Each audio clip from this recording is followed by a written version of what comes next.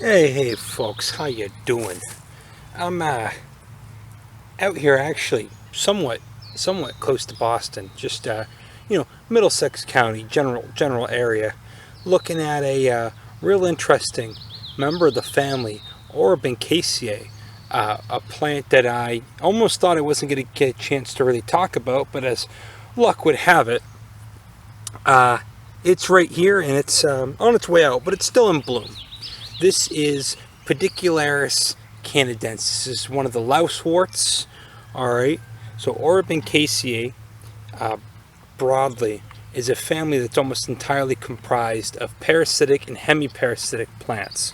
So plants that basically steal all nutrients from neighboring plants, and plants that are both stealing and are capable of doing a bit of photosynthesis on their own. Now, Pedicularis here falls into that second category. This is a hemi-parasite. This is stealing some nutrients, probably from any number of the asters around us. Oh, geez, am I kneeling in poison ivy? That'd be real funny. No, it's just next to me. Okay, I'm not in it. It's just next to me. Usually I do a good job of looking down. So this plant here, is stealing some nutrients, making some nutrients on its own, has that nice, I guess you could almost call that a verticillaster of yellow bilaterally symmetrical flowers. Orobancaceae, the family, that is in the order Lamiales. It's in the order of mint, so you're dealing with a lot of bilaterally symmetrical flowers. That means flowers that can only be cut one way, and opposite leaves. Leaves that pop out on both sides of the node. However, we'll look at the leaves in a second here. Let's just look at those flowers for a moment. Reminds me so much of a similar looking plant, Rhyanthus minor. You can see little stigma sticking out at the tip there, ants going in and out of the thing. I wonder if they're doing any sort of pollination or what have you. And then should you lift this, hang on, let me get the camera stable. Should you, peel back this little hood here. See, I'm afraid the ants are going to come after me because they're probably guarding the plant or something. You would find it shouldn't be this difficult. Yeah, let's get right up in there. Right up in the thing. I'll just kind of peel this back for you. You know what? Give me 1 second. So I just had to peel that hood back. And as you can see underneath, you've got all of your stamens, anther filaments, reproductive bits, what have you, all right there. That's what's underneath each of those little hoods. So now the leaves have this real interesting texture to them. Orobancaceae can do some interesting things with leaves. Some of like the Oriolaria species have these really frilly, almost like yarrow looking leaves. That's fascinating to me. You get this plant kind of disjunct. It's not super common in New England. But you get it disjunct kind of widely in the east, as far west as like the Rockies, but nowhere does it seem to really be, super widespread over a wide area. Seems to like the thin soil, seems to like the gravelly soil. It seems to like it where it's nice and open. We're kind of under the shade of a tree right now. It's getting hot as balls this week. It's gonna, geez, May. I remember when where I'm from, it used to snow in May. Now it's 90 degrees in May, so take that for what you will. But it's gonna get hot as shit this week. These ones are still looking good, probably because they are in the shade. They haven't been cooked over the last couple of days. But looking out across, I can see why I had a hard time finding this thing at first. Flowers are kind of pale. Plants, I mean, they're not tiny, but they're not huge. And looking around, a whole bunch of these have finished up. I bet you came through about a week ago. If you were sitting right here, you'd see a whole bunch of them. There's one of the rosettes right there that didn't grow any of the leaves. It's okay though. And then what else have we got over in this area? We got some nice stuff, See, here's a whole patch of them that have wrapped up. And then the fruits on them are like these little winged pods. You see that? Those are the fruits right there. The calyces kind of inflate at first. Rhyanthus does that too. Yellow rattle. It's actually kind of where it gets its name. So this one's done. And that's just what they look like once they've wrapped up. Some of these still got flowers out though. So there's another one with the flowers out right here. Pedicularis canadensis, the Canadian lousewort. Real interesting. Not something I was going to break my back to come out and see, but something I'm happy that I could at least share with you. You come out into the sun, it looks like they get a substantial bit more amount of moisture there, just judging from how this looks. I'm guessing this is inundated a lot of the time. However, finally a break from what we've been dealing with. It's kind of dried out a little bit last few days, which is I guess good. I don't know. Right over here, those are the sporophylls of Osmundastrum cinnamomeum, which I guess does just fine in the full sun, although these aren't all the same species of fern. As I'm looking out now, I don't know what this guy is, for example. That's a different species. See how he doesn't have, see how this one's got these rusty undersides? No clue what this one is. I can figure it out. But then you look over here, no sorry on the back of those actual,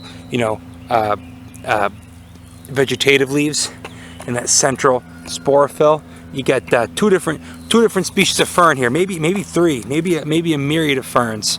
The only one I really know much about though is Osmundastrum cinnamomeum. Who knows what else you got here? You see a whole myriad of them. That's interesting. That's actually not what I came over here to talk about though. We're gonna bring this back here. I'll show you one of the plants kind of really dominating the field over here. You get your Geranium maculatum. Lovely native geranium, purple 5-petaled flower, real interesting storkbill fruit that's obviously not out yet because these are just getting started. These will be blooming for a while. And then, of course, as with pretty much any and all geraniums, very characteristic palmate leaves. You'll see that quite frequently.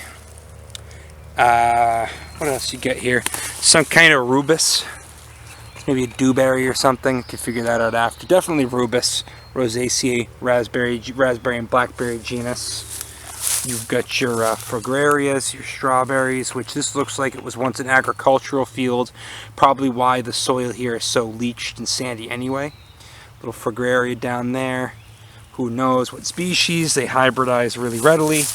And then one of my favorites, kind of rounding out the community of known poor soil dwellers, you get that lovely yellow-eyed grass, Hypoxis hirsuta, where the leaves on the thing, well, that's a little bit of a trick question because it's got these graminoid leaves. It's a monocot, but it's not. Yeah, see, the leaves just look like little grass blades. It's a monocot, but it's not actually grass. Hypoxis is the family. I always forget where that kind of falls out in the monocot phylogeny.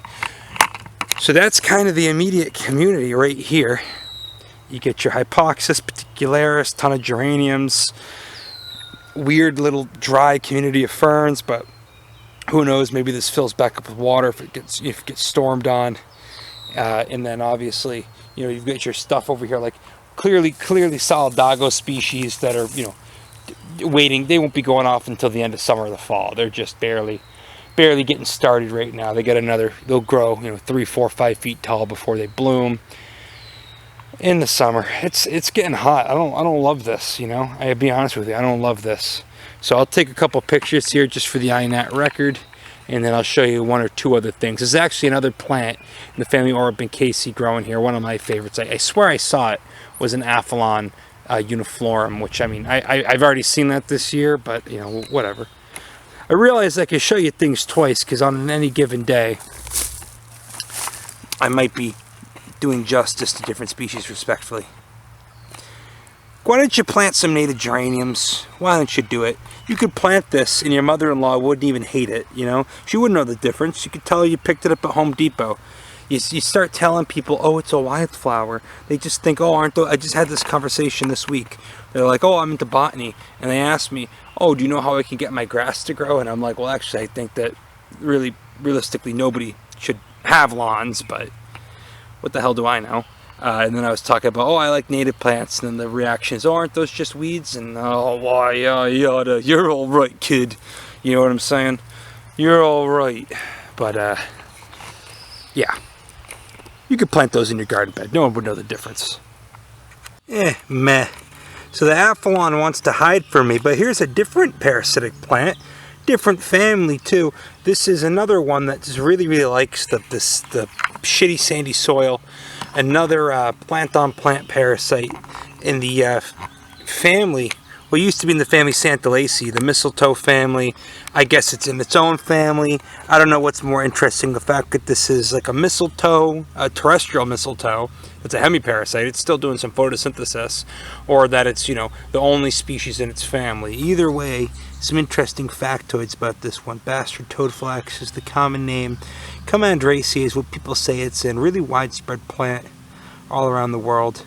And just another one of the hemi-parasites that likes the poor soil. Oh, there it is. It was well hidden in and amongst just a ton of poison ivy, so I can't really get in super close for you, but whatever. I already talked about this plant this season. This is Aphyllon uniflorum, formerly, or Bank uniflorum. Same family as that Pedicularis, just a different tribe, I think. This one's completely achlorophyllous, just steels, does it predominantly from Solidago, which is what all this is, and no wonder it didn't see it. It's coming up in a blanket, poison ivy and other bullshit. In any case, you gotta have a scam if you're gonna live, you know, someplace where the soil's poor. Just like our world, every plant, you know, is running a scam to survive. Anyway, that's about all I got. You know, I kind of started doing my botanizing in crappy little, you know, abandoned fields like this, but you could still see some interesting stuff. A lot of plant-on-plant parasitism goes on here, and it's, you know, it's like in the bog. A lot of insectivory goes on over there in the bog. Actually, I think some of these may be dogwood saplings. I'm looking over, they're getting kind of big. Of course, you've got just a ton of Frangula alnus, the glossy false buckthorn here, but you get some nice native quote-unquote weedy shrubs like this. I think that's a black cherry, Prunus serratina. Yeah, it's maybe some kind of dogwood. Would make sense for it to be grown along the forest edge. It must be a little bit damper over here than where it was. What ended up happening was I came almost all the way back, and I didn't come far enough back to where I parked my car. Nice big oak, thick boy, probably been here since around the time it was a farm, obviously open grown with all those low spreading branches. Anyway, that's, I think, all I got. Probably a quick one. Gonna go see if could go find another. I got a suspicion that there's another population of Isotria verticillata growing nearby here. I'm gonna go check that out because it's right around the corner, and I think that's about it. Take it easy.